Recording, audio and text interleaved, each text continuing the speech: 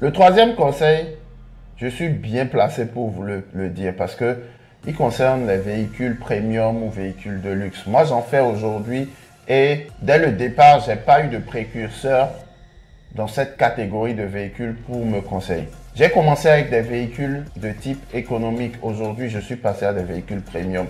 Je mets plus en avant mes véhicules premium, mais en réalité, ce n'est pas que des véhicules premium. J'ai aussi des véhicules économiques avec lesquels j'ai commencé et qui sont déjà payés.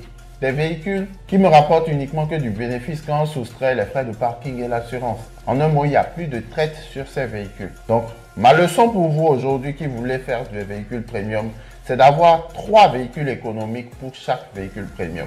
Je dis bien 3 véhicules éco pour chaque véhicule premium. Cela va vous permettre d'être sûr que même quand les véhicules premium ne sortiront pas, les véhicules économiques pourront prendre la relève et vous permettre de pouvoir payer vos traites de banque. Le prochain conseil que j'aimerais vous donner concerne la dette. En comparaison, quand vous avez de la dette en tant que particulier et que vous avez de la dette en tant que société, c'est le jour et la nuit. Quand vous êtes en particulier, comme moi je l'ai été, je ne parle même pas des auto-entrepreneurs. Les auto-entrepreneurs, je le déconseille à 100%, à disons même 200% ou même 1000%. Ne soyez jamais auto-entrepreneur dans cette activité. Si vous le faites, vous n'aurez rien à gagner. Vous allez faire des pertes sèches. Je vous déconseille fortement d'être auto-entrepreneur et d'exercer cette activité. C'est une grave erreur parce que l'État va directement appliquer 22% à votre chiffre d'affaires comme impôt. Et ça, c'est grave.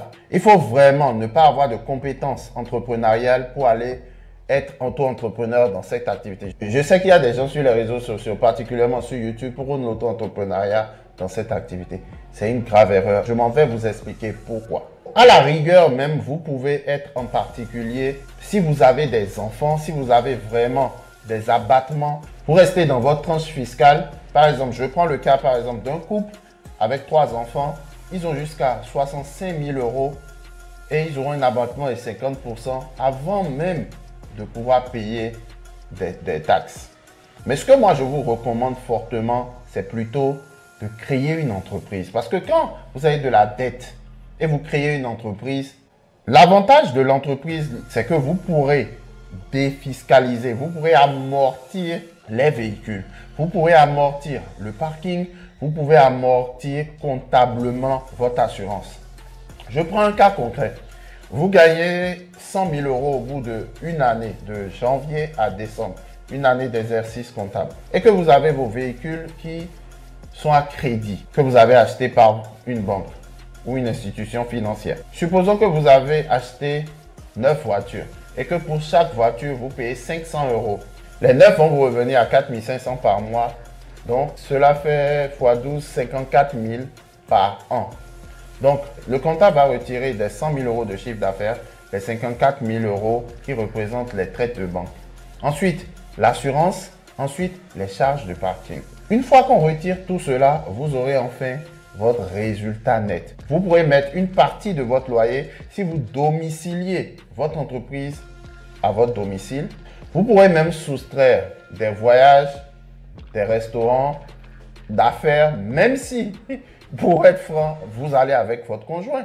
Vous mettez toutes ces charges-là sur l'entreprise.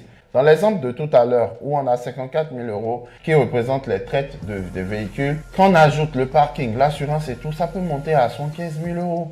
Et il vous restera uniquement 25 000 € comme résultat net. Donc retenez qu'en entreprise, vous aurez à payer les impôts uniquement sur le résultat net. Donc à vous de pouvoir mettre assez de charges pour que vous ne vous retrouvez pas à travailler pour l'État. Ne soyez pas aussi gourmand comme certains. Comprenez aussi que votre bilan va déterminer l'accompagnement des institutions financières. Donc, si vous dites que je vais majorer mes charges jusqu'à 99 000 € et va juste rester 1 000 € pour l'État puisse m'imposer sur ça, ce qui va se passer l'année qui suit, vous allez avoir votre bilan par votre comptable, vous irez vers votre banquier et vous dira votre entreprise ne gagne pas d'argent parce que le résultat net représente à peine 1% du chiffre d'affaires. Donc, il faut avoir un bon juste milieu. Discutez avec votre comptable et il vous expliquera comment ça fonctionne pour que vous soyez dans le vert avec la banque et ne soyez pas aussi trop dans le rouge au niveau des impôts. J'ai essayé de prendre mon temps pour vous l'expliquer. Je sais que vous aurez voulu que j'explique un peu plus. Si vous souhaitez que je rentre un peu plus dans ce domaine, dites-le moi en commentaire, je ferai une vidéo dédiée à ce thème. En entreprise, l'État touchera, je pense, 28% de votre résultat net. Macron est en train de tirer la sonnette d'alarme pour que ça descende à 21%, je pense, parce que tous les entrepreneurs sont en train de sortir de la France et aller créer des entreprises à Dubaï et autres offshore pour ne plus payer d'impôts. Donc,